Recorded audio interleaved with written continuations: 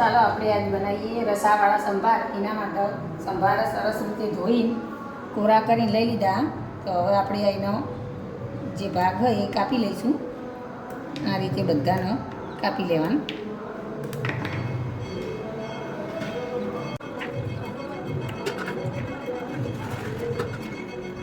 તો આપણે સંભાર ભરવા માટે મસાલો તૈયાર કરીશું. લસણ મરચાં આપણે કોડીને લઈ લીધો.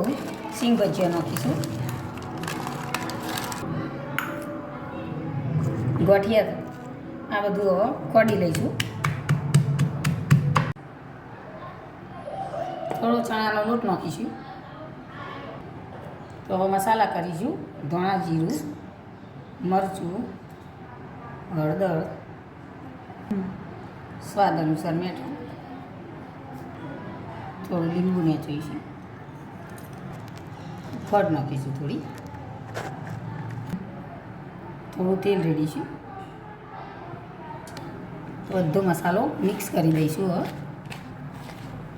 તો મસાલો આપણો બનીને તૈયાર થઈ ગયો. જે સંભાર ધોઈને એનો મૂક્યા હતા એને હવે આપણે આવી રીતને કાપા કરી દઈશું.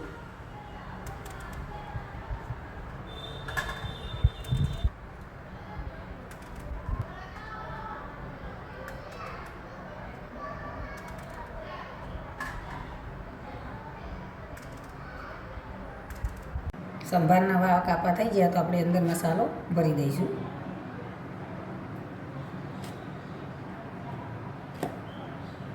આવી રીતના બધા સંભાર ભરી લઈશું.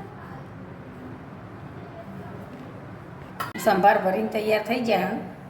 આ તેલ લઈ લીધું, ગરમ થવા મૂકી દીધું. સંભારને વઘારવાની તૈયારી કરશું. તેલ ગરમ થઈ ગયું, લઈ નાખી દઈશું.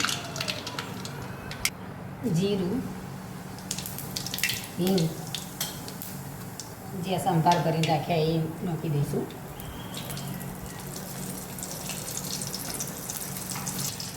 તો સંભારનો સરસ રીતે સંભારને હલાવી લઈશું. થોડીક વાર આપણે એને ચડવા દઈશું.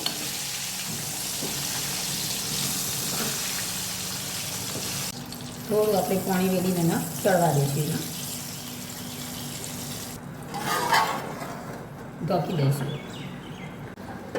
તો સંભાર આપણો થોડોક એવો ચડી જાવ, મસાલો આપણે જે બનાવી રાખ્યો હોય તે અંદર નાખી દઈશું.